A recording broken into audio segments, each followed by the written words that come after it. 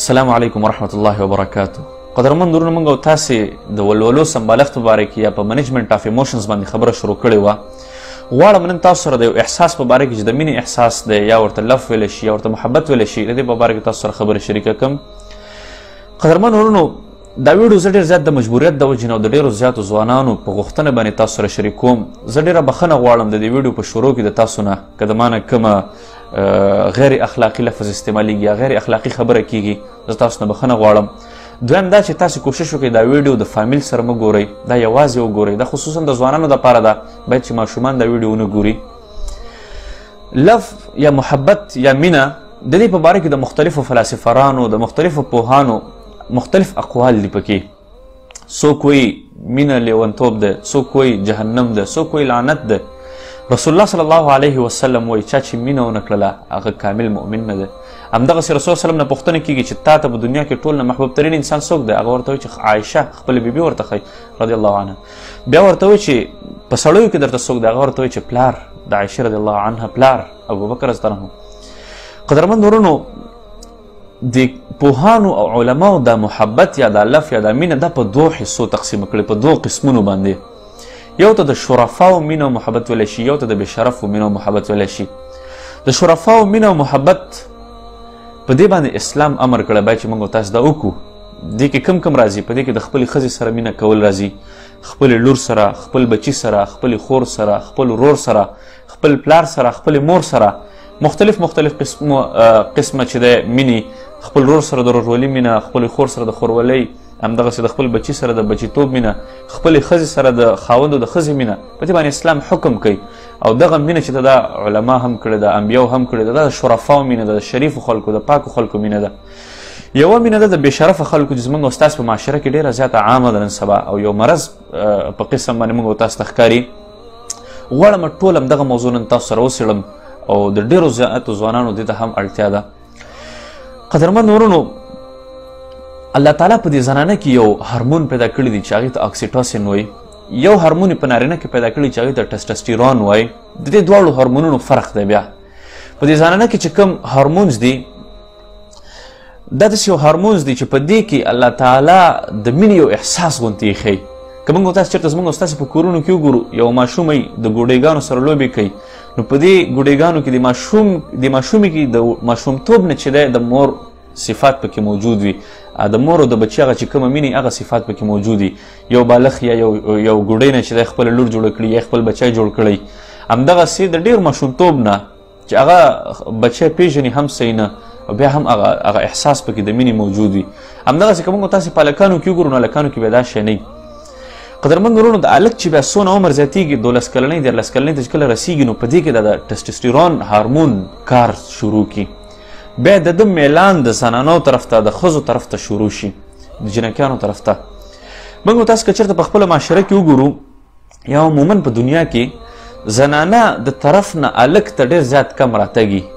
ډېر زیات کم کشش وي. اکثره چې دی هلکان چې د زنانو طرف ته ډېر زیات میلان کوي. قدرمند ورونو، دا یو داسې وخت دی زموږ او ستاسې چې ډېر ځوانان دي الحمدلله ښه دي، د شیانو نه، د فسادونو نه، د فتنو نه لرې دي، او ډېر ځوانان په دې فتنو کې ورخته شوي دي. هلک کې دا کم هارمون چې د ټسټسټیرون وي، دا مجبوره کوي دې ته چې دا یو زنانه طرف ته میلان وکړي، زنانه سره ګپ ولګوي، زنانه سره خبرې وکړي، زنانه ته ورنږدې شي، زنانه سره تعلقات جوړ کړي، هغه سره یو فري ماحول جوړ کړي، هغې سره شهوت پوره کړي. دغه هارمونز د هلک دې شي ته مجبوره کوي. موږ تاسې که چېرته وګورو، اکثره هلکان داسې دي چې په چوکونو کې د زنانو چوکونو کې ودرېږي زنانو دپاره، همدغسې یا د مکتبونو مخې ته ودرېږي، یا د مدرسو مخې ته ودرېږي، یا د شفاخانو مخې ته ودرېږي نرسانو ته، یا دغسې نور د پانتونونو مخې ته ودرېږي، او وړو کاغذاتو باندې نمبرې لیکلي غواړي چې دا زنانه ته ورکړي. اکثره داسې کېږي. ډېرې کمې زنانه داسې چې هغه ډېر زیات، یعنې په 100 کې 2% هم موږ او تاسو نه شولی چې هغه د هلکانو ته چې دا نمبر ورکړي، یا هغه هلکانو ته خصوصا ورکوي بعض وخت کې چې هغه هلک ډېر کمالدار هلک وي، ډېر زیات ښایسته یا ایکسټرا آرډنري هلک وي. نو ډېر کم وخت کې داسې کېږي. اکثره که موږ او تاسو چېرته وګورو، دا فساد، د ناجایز محبت او ناجایزې مینې دا د هلکانو د طرف نه شروع کېږي. موږ تاسې ګورو په دې فیسبوکونو کې یا په دې وټساپ یا ټویټر یا داسې نورو هغو کې چې هلکې 10-15 جنکیانو ته دغه ورولېږي، میسیجونه ورولېږي، او د میسیج ابتدا د یو ناشنا لفظ نه وکړي، یا د یو ناشنا خبر نه وکړي، یا د ناشنا موضوع نه وکړي، په دې خاطر باندې چې دا جنۍ ماته جواب راکړي. چې کله د هلک ته دا جنۍ جواب ورکړي نو هلک بیا چې دی کوشش کوي چې نور هم ریپو بلډینګ کوي، هغه خپل تعلق جوړی تر دې حده پورې چې هغې سره ځان ښه متعلقه کړي. قدرمن ورونو دا هغه وخت چې په دې وخت کې جنۍ د هلک سره ډېر زیات په تریخ انداز کې خبرې کوي، خو د هلک بیا هم ځان ډېر اخلاقي کې، دونه اخلاقي کې لکه په کلي کې چې ټولو کې اخلاقي هلک هم دی، همدغسې ځان ورته ډېر زیات شریف ثابتولو کوشش کوي. میسج به ورته د هلک بغیر د څه مقصده کړی جنۍ ته، او جنۍ به ورسره په سخت انداز کې لګیایي، دا به ورسره ډېر په نرم انداز کې لګیایي، حتی تر دې پورې چې جنۍ کله په دې پوه شي چې د هلک یاره دا ښه هلک دی، شریف هلک دی، دوکه شي په دې خبره باندې، نو د هغه جنۍ اکسیټوسین هارمون چې کوم د مینې هارمون دی، لف هارمون دی، هغه هم کار شروع کړي، هغه هم بیا د هلک سره چې د تعلق جوړول شروع کړي، حتی تر دې پورې ورسیږي چې د دې دواړو خپلو کې سره پوخ تعلق شي.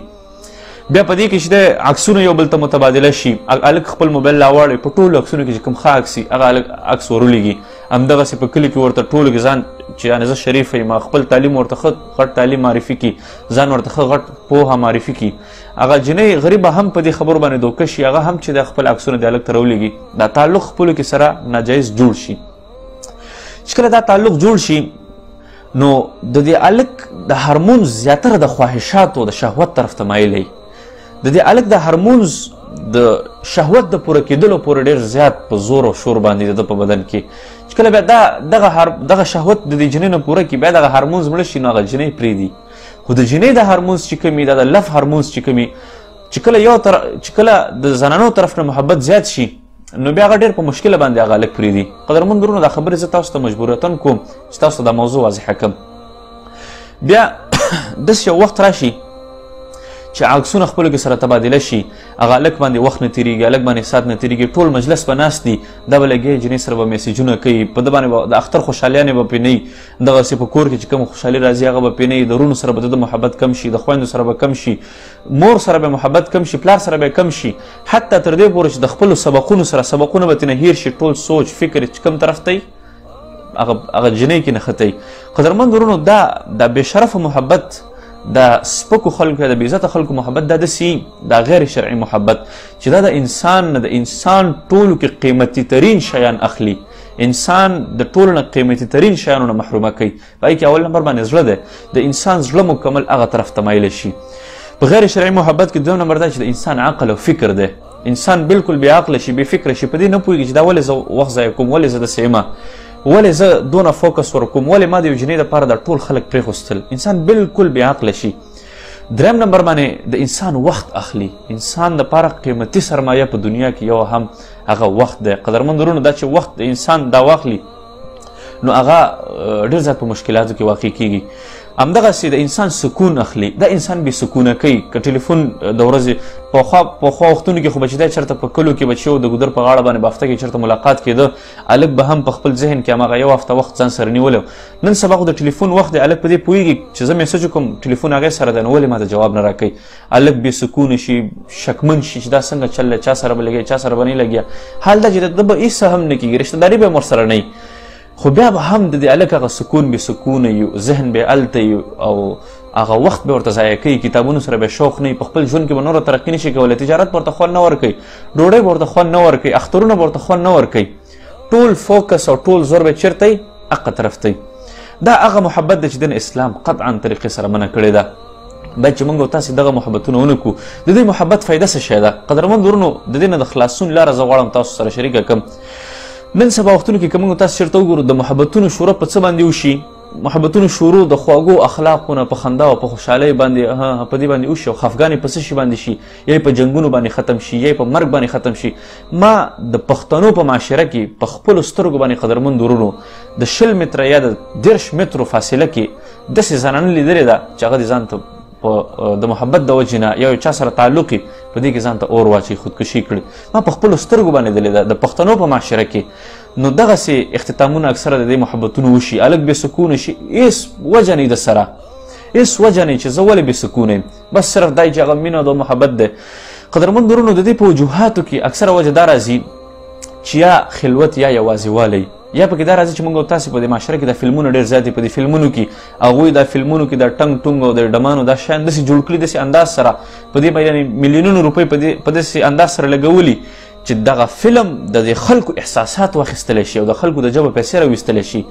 هغه خلک لاړ شي هغه فلم چې وګوري انسان چې فلم ګوري بس هغه ته خپل هغه معشوقه رایادېږي فلم به دی دلته ګوري ته به خپله معشوقه رایادېږي د فلم نه چې راپاڅېږي ځان به ورته هیرو ښکاره کېږي او پوهېږي نه چې زما احساس یې اخیستلی دی زما عقل دا فلم والا چې دی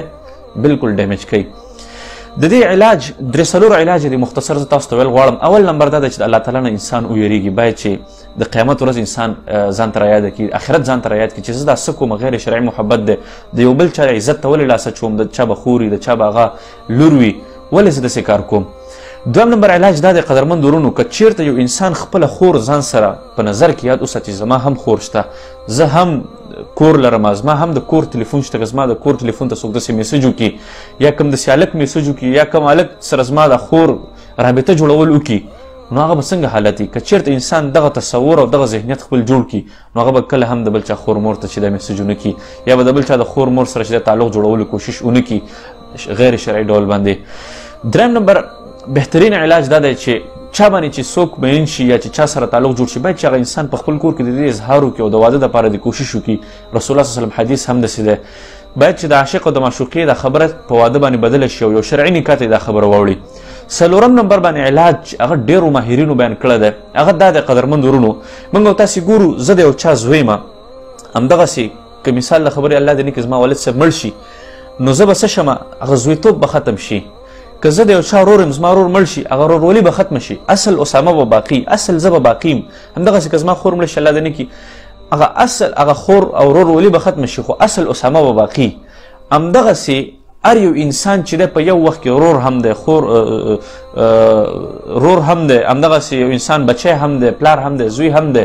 په یو وخت کې هغه اصل هم باقي دی نو همدغسې چې کله یو انسان چا سره غیر شرعي محبت جوړ کړي نو په دې وخت کې د انسان څه شي معشوق عاشق هم شي نو که چیرته انسان د خپل عاشق مړ کړي نو هغه اصل د ده باقي دی قدرمند ورونو موږ او تاسو ته پکار ده که چا کومو ځوانانو غیر شرعي محبتونه شروع کړي یا غیر شرعي طریقې سره خلکو سره روابط کې جنکو سره باید چې د هغې عکسونه ډیلیټ کړي د هغې روابط ډیلیټ کړي مکمل دا په استه استه پرېښودلو باندې نه کېږي چې زه بیا نن پرېږدم او بس لږ نن به لږې میسج وکړم سبا به لږې نه دا محبت زیاتېږي د دې تکلیف هم زیاتېږي د دې وخت اخیستل هم زیاتېږي دا د انسان فوکس د انسان ګول د انسان په ژوند کې چې کوم هغه مقصد دی هغه ختموي قدرمند ورونو هغه سوځوي مکمل د انسان ځواني مکمل سوځوي د انسان زړه کمزوری کوي نو موږ او تاسو ته پکار ده چې موږ او تاسو کې کوم یو څوک هم باید چې هغه څه وکړي رابطه مکمل قطع کړي نمبر یې بلاک کړي کوشش وکړي په ځان باندې په خپل ځان باندې محنت وکړي خپل احساسات بل چاته په لاس کې مه ورکوئ په خپل احساساتو باندې محنت وکړئ تاسو به قیمتي شئ قدرمند ورونو نو موږ او تاسو ته پکار ده چې د خپل هغه عاشق مړ کړو چې هغه عاشق موږ مړ کړو نو زه به څه پاتې شم هغه اصل اسامه به باقي پاتې شي هغه اصل ته به باقي پاتې شي نو بیا ته نور خپل ژوند په خوشحالۍ سره کولی شي او نور کوشش وکئ چې تاسو دا ځان ته رایاد کړئ چې دا څوک دی دا مقابل لور چې هغه د ما نه زما زړه اخلي زما فکر اخلي زما وخت اخلي زما سکون اخلي آیا هغه په دې باندې ارزي هغه نه ارزي نو قدرمند ورونو موږ او تاسو ته پکار ده چې ځان دغه غیر شرعي محبتونو نه وساتو دغه په دې لارو کې په میسجونو باندې دغه شان مکمل ختم کړو ځکه چې دا یو قرض دی سبا زموږ او ستاسو خویندو سره هم کیدلی شي زموږ او ستاسو کورونو ته هم داسې څوک میسج رالیږلی شي چا چې څنګه وکړل همقسې به ورسره کیږي ثابته شوې ده دا ډېرو خلکو سره داسې شوي دي قدرمند ورونو او د نورو عزتونه باید چې موږ او تاسې خپل عزتونه وګڼو که زما نه زما په خبرو کې کومه خطا شوي زه بخښنه غواړم نور په الله سپارم واخر دعوانا الحمد لله رب العالمین